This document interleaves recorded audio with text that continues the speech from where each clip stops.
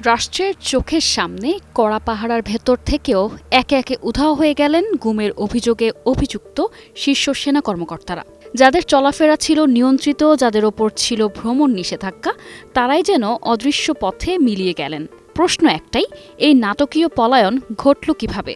নতুন এবং ফিরে আসা গ্রাহকদের জন্য নগদে চলছে ক্যাশব্যাক সহ প্রতিদিন হাজারো উপহার জেতার সুযোগ। হবে আশা আর ফেরা, সারপ্রাইজ সেরা।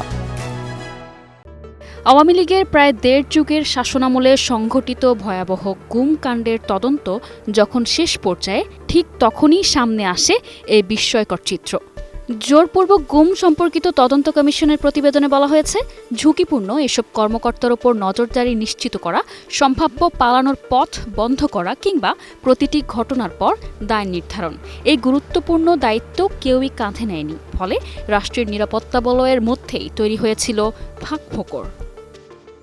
প্রতিবেদন বলছে, গুমে জড়িত সন্দেহভাজনদের পলায়নকে কখনোই সর্বোচ্চ অগ্রাধিকার দিয়ে জাতীয় নিরাপত্তা ইস্যু হিসেবে দেখা হয়নি।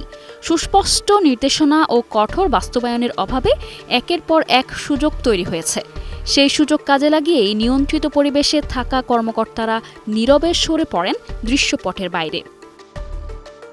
গত ৪ জানুয়ারি প্রধান উপদেষ্টার কাছে জমা দেয়া প্রতিবেদনে কমিশন একে আখ্যা দিয়েছে সমন্বিত গোয়েন্দা ব্যর্থতা। ডিজিএফআই, এমআই, এনএসআই সব সংস্থার মাঝে ছিল দায়িত্বের ফাঁক, ছিল উদাসীনতা। এর ফলে একটি জাতীয় নিরাপত্তার সংকট আজ বাস্তবতা হয়ে দাঁড়িয়েছে। এই নাটকের সবচেয়ে গুরুত্বপূর্ণ মোড় আসে ২০২৫ সালের ৬ জানুয়ারি। তদন্তে প্রাপ্ত তথ্যের ভিত্তিতে আন্তর্জাতিক অপরাধ ট্রাইব্যুনাল জোরপূর্বক গুমে জড়িত থাকার অভিযোগে ১১ জন শীর্ষ সেনা কর্মকর্তার বিরুদ্ধে গ্রেপ্তারি পরোয়ানা জারি করে। কিন্তু ততক্ষণে কয়েকজন অভিযুক্ত অধরা। আজ প্রশ্ন হলো, তারা পালালেন কিভাবে?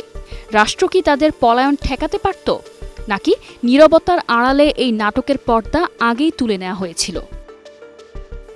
News desk, ২১ television.